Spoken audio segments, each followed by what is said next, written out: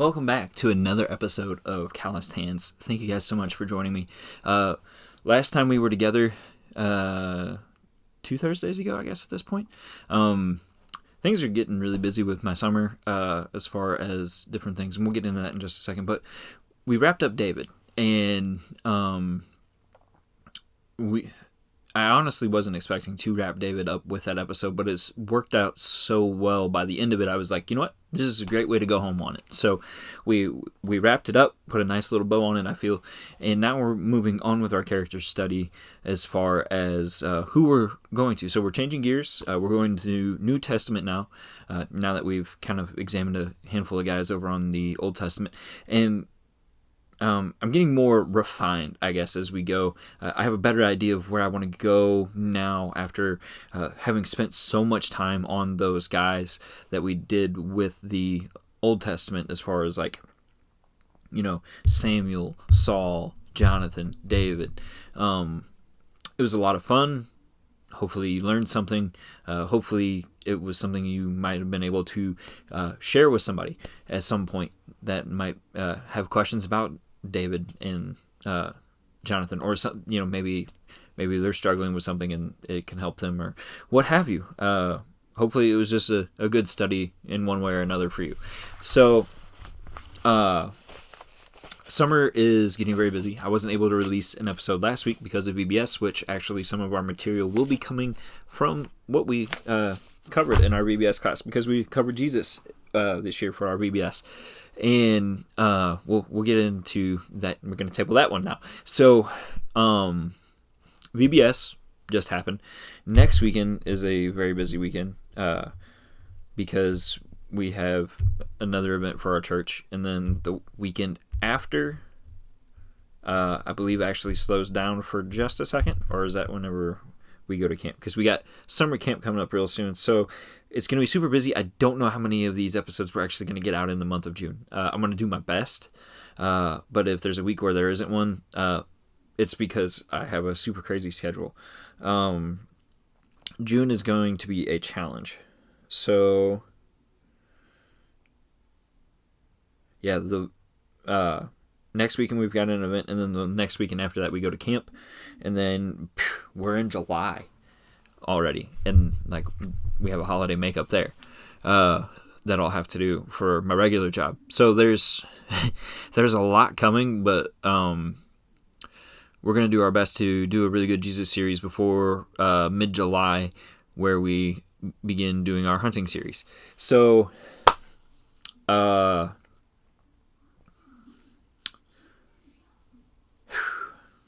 so much I want to cover. There's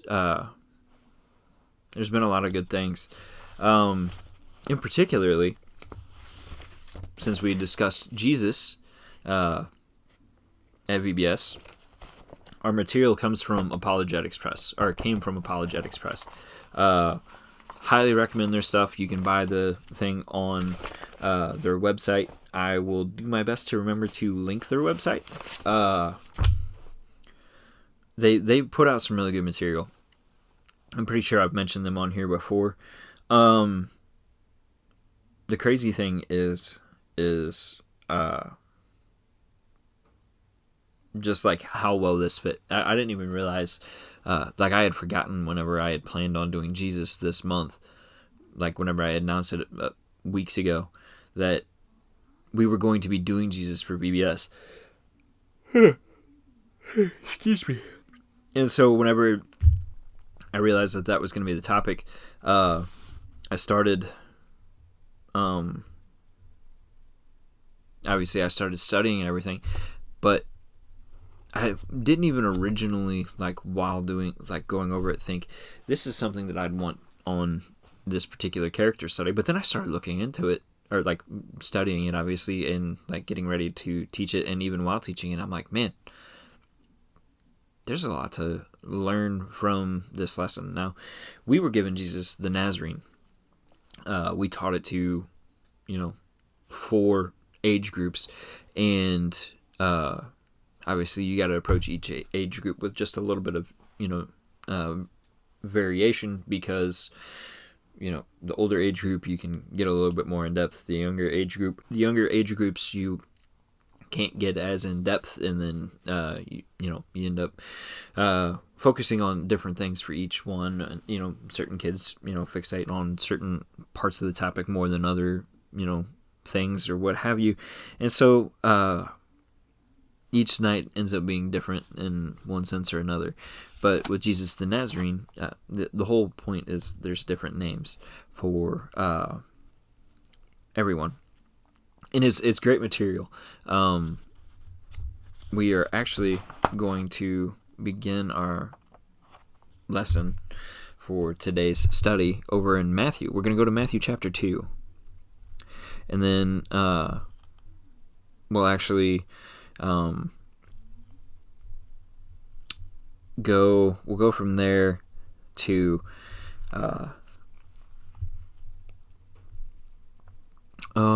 John, I do believe. Now, after Jesus was born in Bethlehem of Judea, in the days of Herod the king, behold, wise men from the east came to Jerusalem, saying, "Where is he who has been born King of the Jews? For we saw his star when it rose, and have come to worship him." When Herod the king heard this, he was troubled, and all Jerusalem with him. And assembling all the chiefs, priests, and scribes of the people, he inquired of them where the Christ was to be. They told him, "In Bethlehem of Judea, for so it is written by the prophet. And you, O Bethlehem, in the land of Judah, are by no means least among the rulers of Judah. For from you shall come a ruler who will shepherd my people." My people Israel. So Herod obviously decides, I think everybody knows this part of the story, or most everybody. Herod, pulls the wise men aside, has a private discussion with them. I want to know where he's at. I too can worship him. They don't trust him, so they don't tell him. And then he ends up making a decree to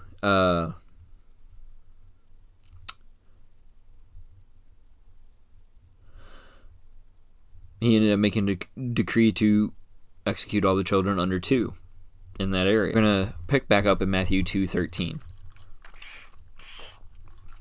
Now when they had departed, talking about the wise men, behold, an angel of the Lord appeared to Joseph in a dream, and said, "Rise, take the child and his mother, and flee to Egypt, and remain there until I tell you, for Herod is about to search for the child to destroy him." And he rose and took the child and his mother by night, and departed to Egypt, and remained there until the death of Herod. This was to fulfill what the Lord had spoken by the prophet, "Out of Egypt I called my son." Then Herod, when he saw that he had been tricked by the wise men, became furious, and he sent and killed all the male children in Bethlehem and in all that region who were 2 years old or under. He wanted to make sure he covered the time gap, according to the time that he had ascertained from the wise men. Then was fulfilled what was spoken by the prophet Jeremiah. A voice was heard in Ramah, weeping and loud lamentation, Rachel weeping for her children. She refused to be comforted because there are no more. But this is where it gets good. But when Herod died, behold, an angel of the Lord appeared in a dream to Joseph in Egypt, saying, "Rise, take the child and his mother, and go to the land of Israel, for those who sought the child's life are dead." And he rose and took the child and mother, and went to the land of Israel. But when he heard that Archelaus was reigning over Judea, in place of his father Herod, he was afraid to go there, and being warned in a dream, he withdrew to the district of Galilee. And he went and lived in a city called Nazareth, so that what was spoken by the prophets might be fulfilled, that he would be called a Nazarene. So that's where he's from. He did not take the Nazirite vow, which the Nazirite vow is pretty interesting. And it is the Nazirite vow described in number 6 is a period of dedication to God that involves specific restrictions and obligations. It involves abstaining from wine and all products of the grape, refraining from cutting hair, and avoiding contact with dead bodies. So he's Jesus the Nazarene, not the Nazarite, for sure. And we're going to get into all that. The vow can be for a set period, like 7 days or 30 days, 7 or 30 days, or lifelong, as in the case of Samson. Samson was a Nazarite. So Samuel also was. Let's go over to, I think it's John 1 where I want to go. It is John 1. Okay. We're going to start at 43. The next day Jesus decided to go to Galilee. He found Philip and said to him, "Follow me." Now Philip was from Bethsaida, the city of Andrew and Peter. Philip found Nathanael and said to him, "We have found him of whom Moses and the law and also the prophets wrote, Jesus of Nazareth, the son of Joseph." Nathanael said to him, "Can anything good come out of Nazareth?" So Nazareth is known for being podunk and kind of backwoods and everything, by our own like modern day standards of like what people thought, but it's not the case, is it? At least whenever it comes to Jesus. So people look down on Nazareth. That being said, Jesus saw Nathanael. Well, so Philip said to him, "Come and see." Jesus saw to Nathanael coming toward him and said of him, "Behold, an Israelite indeed, in whom there is no deceit." Nathanael said to him, "How do you know me?" Jesus answered him, "Before Philip called you when you were under the fig tree, I saw you." Nathanael answered him, "Rabbi, you are the Son of God. You are the King of Israel." Jesus answered him, "Because I said to you, I saw you under the fig tree, do you believe? You will see greater things than these." And he said to him, "Truly, truly, I say to you, you will see heaven opened and the angels of God ascending and descending on the Son of Man." The whole idea behind today's lesson is to kind of begin to get the overview of Jesus as far as where things are getting set up. And what better way to do that than to talk about where he came from and to kind of see him as, getting some of his disciples together. I definitely think through this character study, we're going to have to go to the Sermon on the Mount. I think we definitely need like a whole episode spent on just the Sermon on the Mount. But we see he's from Nazareth. We see him assembling his people, his disciples. But we hinted at his lineage, his family tree, while we were discussing David. So, in order to get that, we're going to go over to Matthew 1. So the book of the genealogy of Jesus Christ, the son of David, the son of Abraham. Abraham was the father of Isaac, and Isaac the father of Jacob, and Jacob the father of Judah and his brothers, and Judah the father of Perez and Zerah by Tamar, and Perez the father of Hezron, and Hezron the father of Ram, and Ram the father of Amminadab, and Amminadab the father of Nahshon, and Nahshon the father of Salmon. Salmon the father of Boaz by Rahab, and Boaz the father of Obed by Ruth, and Obed the father of Jesse, and Jesse the father of David the king. David was the father of Solomon by the wife of Uriah, and Solomon the father of Rehoboam, and Rehoboam the father of Abijah, and Abijah the father of Asaph, and Asaph the father of Jehoshaphat, Jehoshaphat the father of Joram, Joram the father of Uzziah, and Uzziah the father of Jotham, and Jotham the father of Ahaz, and Ahaz the father of Hezekiah, and Hezekiah the father of Manasseh, and Manasseh the father of Amos, and Amos the father of Josiah, and Josiah the father of Jeconiah, and his brothers at the time of the deportation to Babylon. After the deportation to Babylon, Jeconiah was the father of Shealtiel, Shealtiel was the father of Zerubbabel, and Zerubbabel was the father of Abiud, and Abiud the father of Eliakim, Eliakim the father of Azor, and Azor the father of Zadok, Zadok the father of Achim, Achim the father of Eliud, Eliud the father of Eleazar, and Eleazar the father of Matan, Matan the father of Jacob, and Jacob the father of Joseph, the husband of Mary, whom Jesus was born, who is called the Christ. So all the generations from Abraham to David were 14 generations, and from David to the deportation of Babylon, or to Babylon, 14 generations, and from the deportation to Babylon to the Christ, 14 generations. Whew! Pretty impressive, isn't it?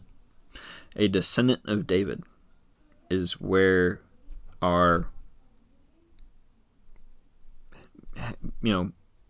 our Savior comes from. Man, let's see.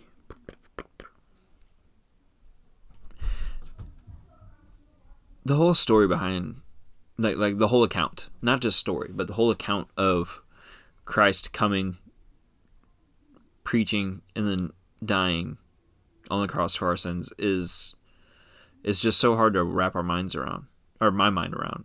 I'll limit it to myself. We are incredibly blessed, and I really hope that this lesson shows that to you. And it's amazing how many people try to say, like, he never existed, and they try to do it through so many different ways. And that's one of the great things about this lesson in particular from AP, is it shows people tried to say Nazareth didn't exist. Nazareth existed, and we have proof because we've found buildings in the region of Nazareth. They actually came out, like the findings came out about a year after a book was published saying Nazareth didn't even exist, and if Nazareth didn't even exist, that means Christ didn't exist, because if and then scenario essentially. And not only that, but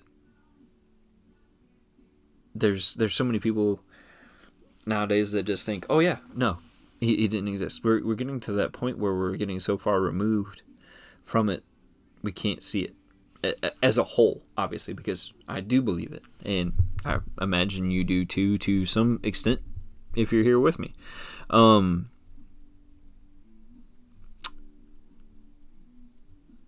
There's so much to this story, and so much that, like, I keep saying story, but it's an account.